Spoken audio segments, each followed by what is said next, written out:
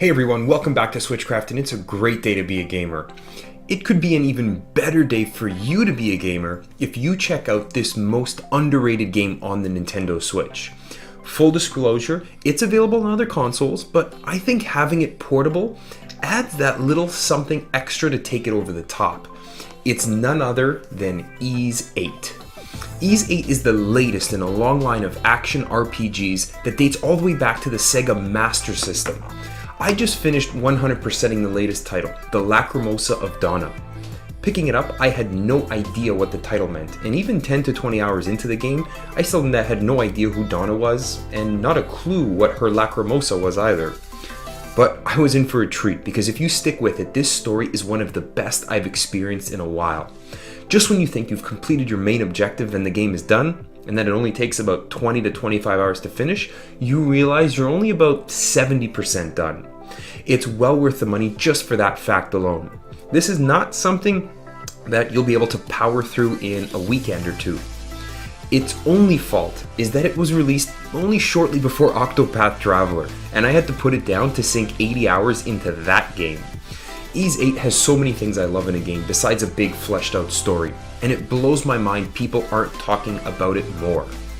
It begins with you taking the reins as the main character Adolf, aboard a ship sailing across the ocean when you're suddenly attacked by a gargantuan sea monster and washed ashore on a mysterious deserted island, inhabited by all sorts of strange creatures and mysterious ruins. It's quickly made obvious that you'll have to find as many castaways that may have made their way ashore onto the island and survive the shipwreck, establish some sort of base camp, and find a way to get back to civilization, all while hoping that nothing goes wrong and there aren't any complications. Good luck! The battle system is the way action RPGs should be made. It's total non-stop action, and attacks, skill attacks, and specials are so satisfying and visually spectacular. It also seamlessly incorporates a dodge and guard system that is easy to get the hang of, difficult to master, but is essential to making it through a lot of the tougher battles by the end of the game. The leveling up system is another reason why I kept coming back for more, because in addition to getting a little stronger every time your character gains a level, you have the option of forging new weapons and armor, learning new skills and upgrading them, and boosting your stats with meals, potions, and elixirs.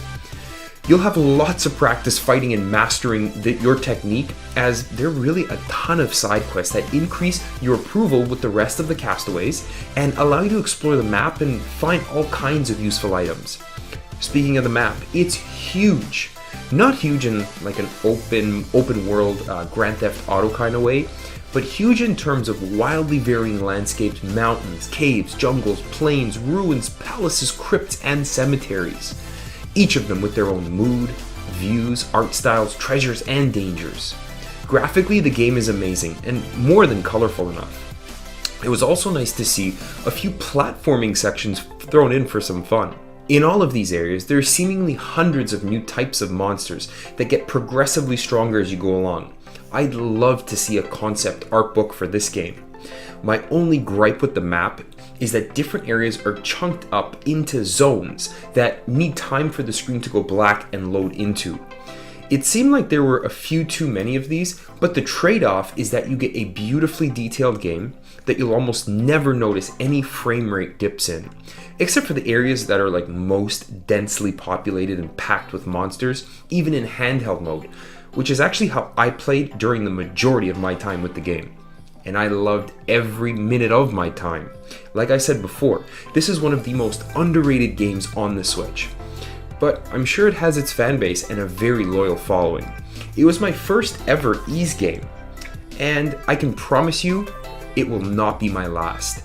If you're looking for a game that has all of these things with some time travel and puzzle sections in for good measure, as well as some alternate endings, then you won't be disappointed. All the while, you'll get the pleasure of listening to a massive soundtrack that really complements what's going on screen perfectly. My favorite part of it has to be the little tune that plays every time you pick up a key item.